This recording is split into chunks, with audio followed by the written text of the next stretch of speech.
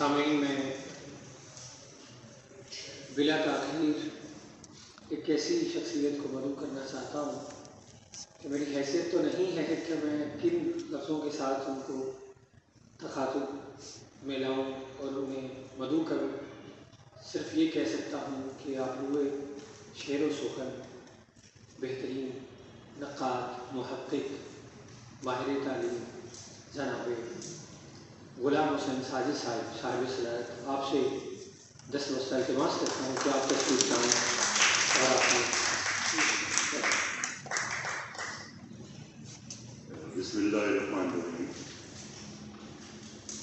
خواتین و حضرات، کتابوں کی جو تقریر پذیرائی ہوتی ہے،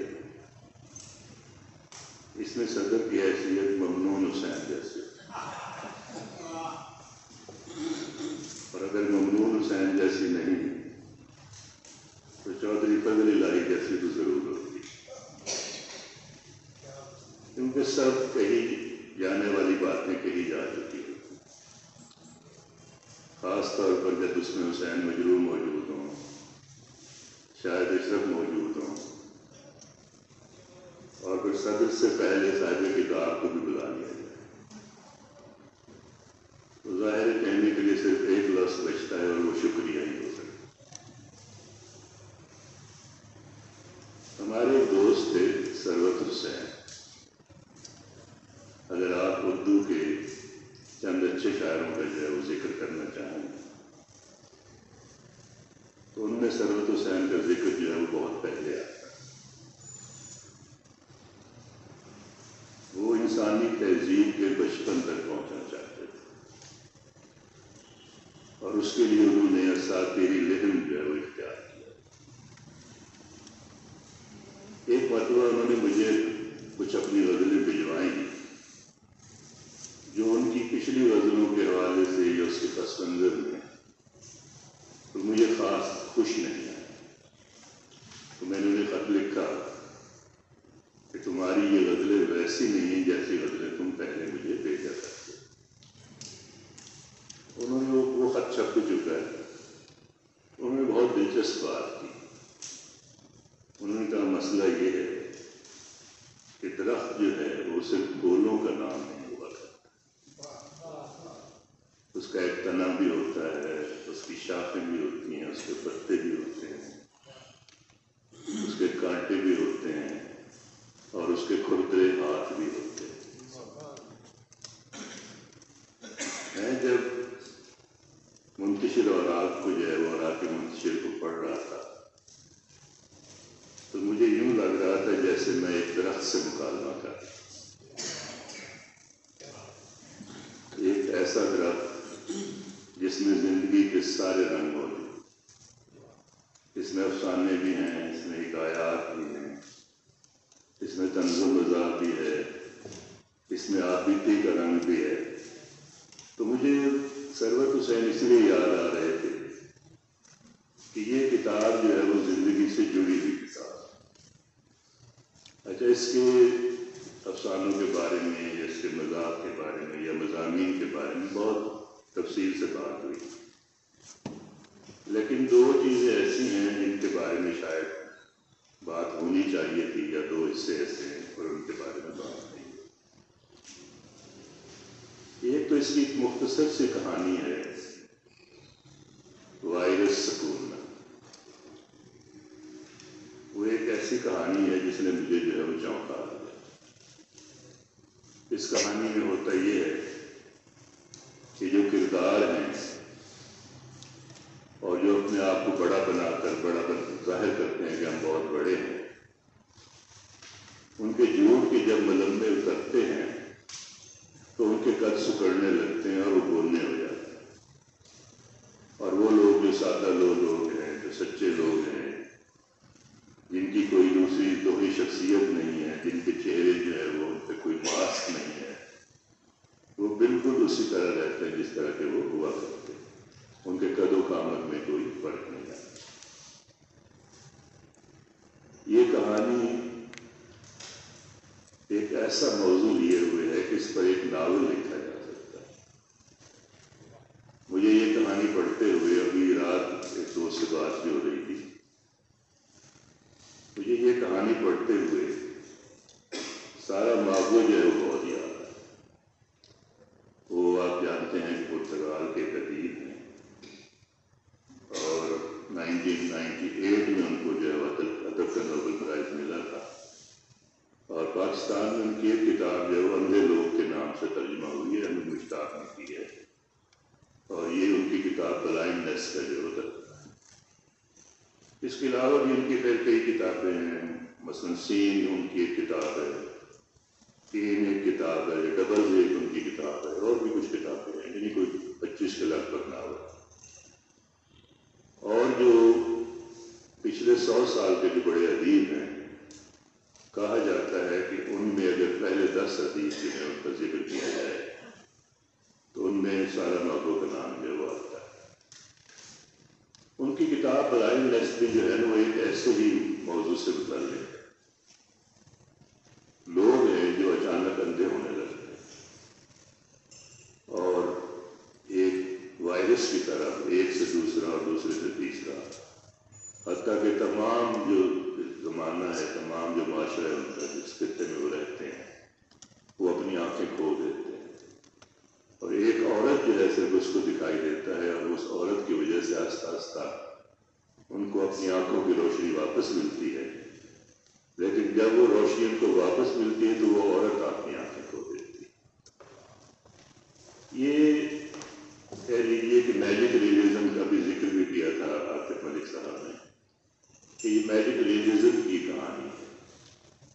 یہ کہانی جو انہوں نے خود جو کہانی لکھی ہے وائرس کھولنا، یہ بھی ایک ایسی ہی کہانی ہے جس پر ایک بہت بڑا جو ہے وہ ناول جو ہے وہ ایک بہت اچھا ناول جو تعبیر کیا جا سکتا ہے. تو جو آدمی ایسی کہانی لکھ سکتا ہے اس کے کہانی کار ہونے میں تو کوئی شبہ نہیں.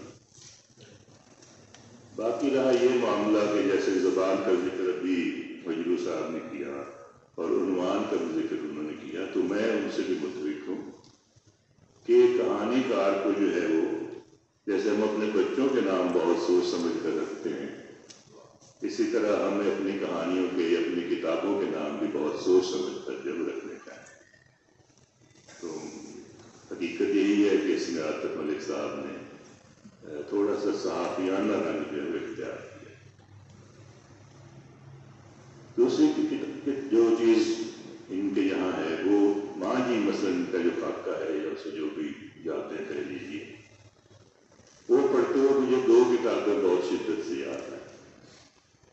ایک تو اسی نام سے افسانہ ہے قدرت اللہ شہاب کا، اس کا عنوان بھی ماں جی ہے. اور دوسری ایک کتاب ہے حامد سراج کی میاں. یعنی یہ وہ کتابیں ہیں جن کو آپ بے چشم نم پڑھ بھی نہیں سکتے. آپ جب بھی پڑھیں گے آپ کی آنکھیں جو بھیگ جائیں گی اور آپ جذباتی ہوئے بغیر ان کتابوں کو جو ہے وہ نہیں پڑھ سکتے. بلکہ یوں کہنا چاہیے کہ ایک نشست میں نہیں پڑھ سکتے، کیونکہ درمیان میں کہیں نہ کہیں وہ کتاب آپ کو پڑھنے سے روک دیتی. تو یہ ماں جی کا جو اس میں خاکہ جو شامل ہے وہ بھی اتنی ہی جو ہے وہ داسی اور اتنا ہی جو ہے وہ ذات دیے ہوئے. اصل میں سب ماں ایک جیسی ہوتی ہیں اور جب ہم ان کے بارے میں لکھتے ہیں تو سب بچے بھی ایک ہی جیسے ہو جاتے ہیں، خواہ وہ قدرت اللہ شہاب ہوں، خواہ وہ جو ہے وہ حامد سراج ہوں یا خواہ وہ عاطف ملک ہوں. یہ ایک مشترکہ درد ہے جس درد کا کوئی علاج ہمارے پاس نہیں ہے. اور مائیں ظاہر ہے کہ ہمیشہ عظیم ہی ہوا کرتی ہے. اچھا، یہ جتنی تحریریں میں نے اس کی پڑھی، یہاں ہمارے دوستوں نے کہا کہ ہم نے 80% پڑھی ہے، کسی نے 100% پڑھی ہے. میں نے پچھلے 2 دنوں میں 50% پڑھی ہے. اس 50% میں نے ایک ہی چیز دیکھا ہے کہ عاطف ملک صاحب نے جو بھی تحریر لکھی اس کا حقیقت سے تعلق ہے. وہ ان کے تخیل کی پیداوار کم ہے اور ان کے تجربے کا جو ہے وہ نتیجہ جو ہے وہ نچوڑ زیادہ ہے. اور جو چیزیں حقیقت کی پیداوار ہوتی ہیں ان میں کچھ اور ہو نہ ہو لوگوں کو متاثر کرنے کی صلاحیت بہت ہوتی ہے. کیونکہ جھوٹ سے تو ہم لوگ انکار نہیں کر سکتے ہیں لیکن سچ سے بچ کر ہم کہیں نہیں جا سکتے۔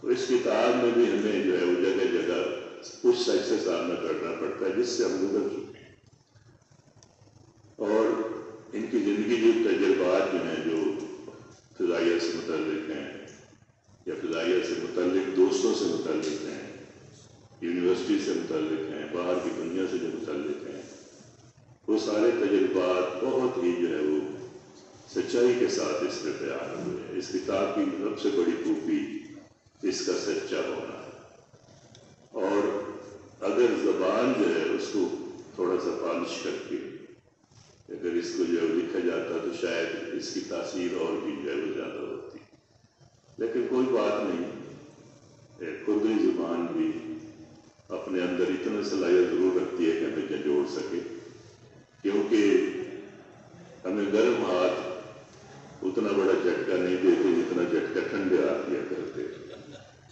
تو اس کتاب میں جو سمجھ لیجیے کہ کہیں کہیں جو ٹھنڈے ہاتھ ہیں اور وہ ہماری جو ہے وہ جزوی کو جو ہے وہ بڑھاتے ہیں۔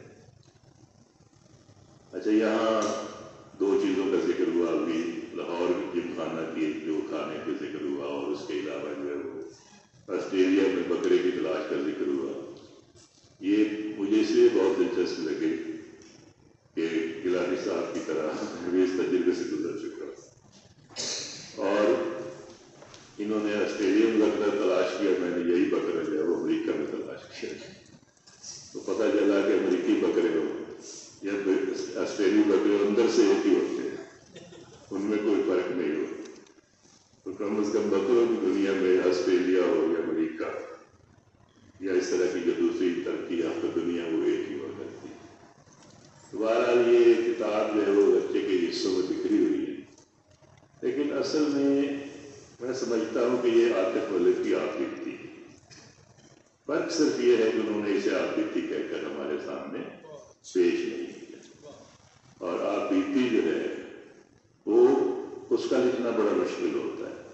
جب ہم آپ بیتی کے رنگ میں اسے لکھنا لگتے ہیں تو اس میں کہیں نہ کہیں جھوٹ کی ملاوٹ ضرور ہوتی ہے، اور کوئی لکھنے والا بھی، کسی بھی آپ بیتی لکھنے والا جو ہے، وہ قدرت اللہ شاہ آپ بھی وہ کبھی سچ نہیں لکھتا، کیونکہ سچ لکھنے سے اس کا جو اپنا بڑا پن ہے وہ مختصر ہوتا چلا جاتا ہے، آدمی اس پڑھتا چلا جاتا ہے، تو ہر آدمی جھوٹ لکھتا ہے۔ تو سچ لکھنا، آپ بیتی میں سچ لکھنے کا ایک ہی طریقہ ہے کہ اسے اوراق منتشر کی شکل میں لکھا ہے۔ بہت شکریہ۔